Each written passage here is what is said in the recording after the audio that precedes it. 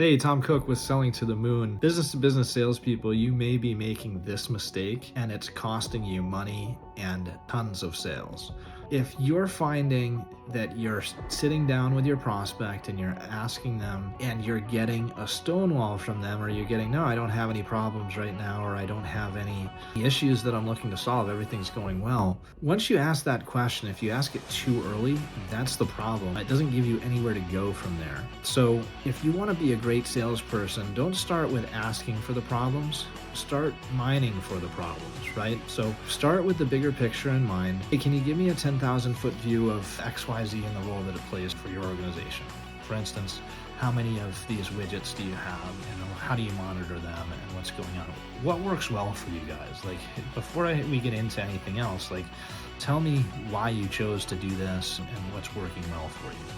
Great. Now, when we get into it, what you want to do is suggest or make implications that there might be, oh, what are they doing? How do you do with your current vendor? How do you do this? Oh, well, they don't do that right now. Oh, okay. That's interesting. Let me make a note of that.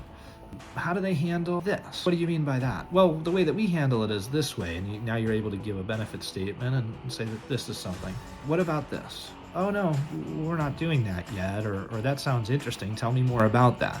So now you're implying that there's other things that they might have a vendor that they're very happy with, but that vendor doesn't do some of the things that are your differentiators. So now I would ask questions that lead into those differentiators so that I get the opportunity to get their brains working, right? And now at the end, once I get their brain going, oh yeah, that's interesting, maybe that could be a benefit to me. Now I have them on the hook, right? Now I can start to, at the end, say, hey, well, you told me this, and this. This is working well for you. There's 3 or 4 things here that they're doing very well. But we just uncovered 2 or 3 things that our company might be able to complement and enhance and potentially would be of value to you. Why would these things, potentially help you?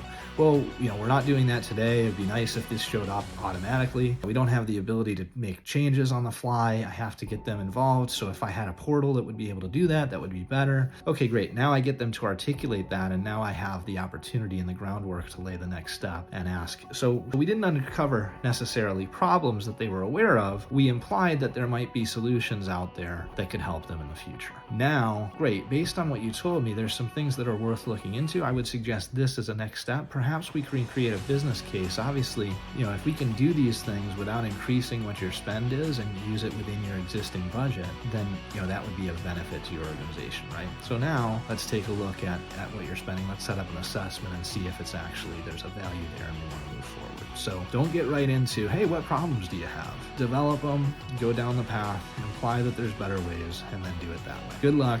I hope this helps. Happy selling, and have a great day.